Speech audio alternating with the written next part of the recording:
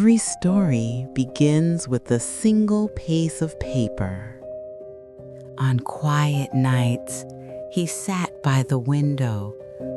With careful hands, he folded his wish into a tiny paper bird. On its wings, he wrote, "Please bring my wish to the stars." And when he opened the window, the wind carried it away. Through clouds and stars, the little bird kept flying. Through the open window, the paper bird returns. He comes home, and for the first time, he smiles.